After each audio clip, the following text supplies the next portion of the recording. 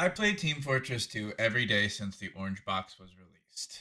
I've been on Steam since its conception. I remember my father uploading his CD disc versions of Half-Life, Half-Life Blue Shift, Half-Life Opposing Forces, and Counter-Strike onto the original Steam platform in its earliest development. In 2022, I decided to delete my Steam account for very gravely dark reasons. It was happening all alongside Belle Delphine's 11 DMCAs and the hitman she had hired to attack me. It was all going on at the same time. In late 2021, a hacker was DOSing, which is denied distributing of services, the website and servers for the community server I had spent the past 10 plus years playing on. I had donated for a reserved slot for a few of those years. I ended up figuring out who the hacker was from using a product called Glasswire to monitor the network trafficking going through my router. Months went by and the server was unstable as the hacker had been hitting lag switches on the server during gameplay. The server became more and more chaotic from a server political standpoint. People were arguing with each other more, and more people were getting banned for silly reasons. One of the moderators in 2016 was accused of sexually abusing a child but was found innocent due to lack of evidence in Canada. This becomes a key point later in the story. This mod went on several power trips while the server was being DOSed. He banned people who would disagree with him and go on long profanity-fueled rants about how stupid people were that disagreed with him.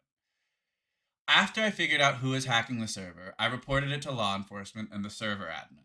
I found out through a senior admin of the server that they had also reported the hacking to the FBI as well. What I didn't tell the admin was my suspicion for why the hacker was hacking them.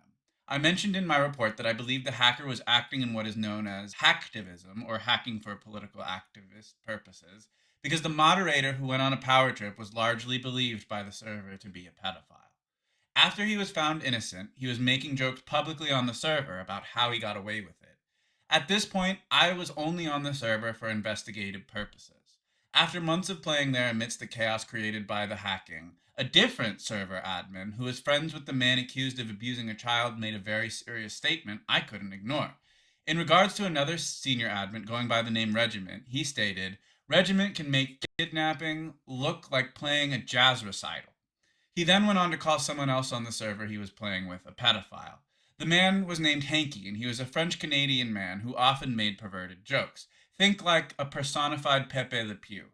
No one doubted him when he called Hanky a pedophile.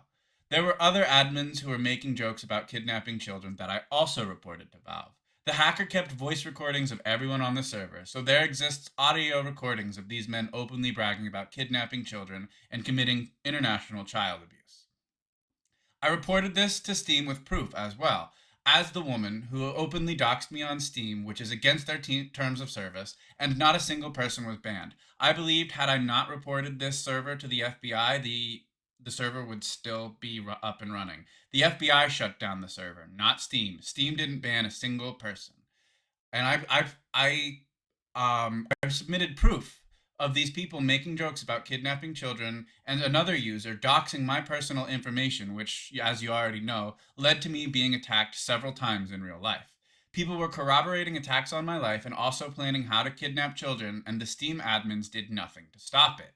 This is a breach of contract, and I decided to stop giving Gavin my money to ignore child endangerment on his platform, deleting my Steam account and over 100 games, and I do not regret my decision.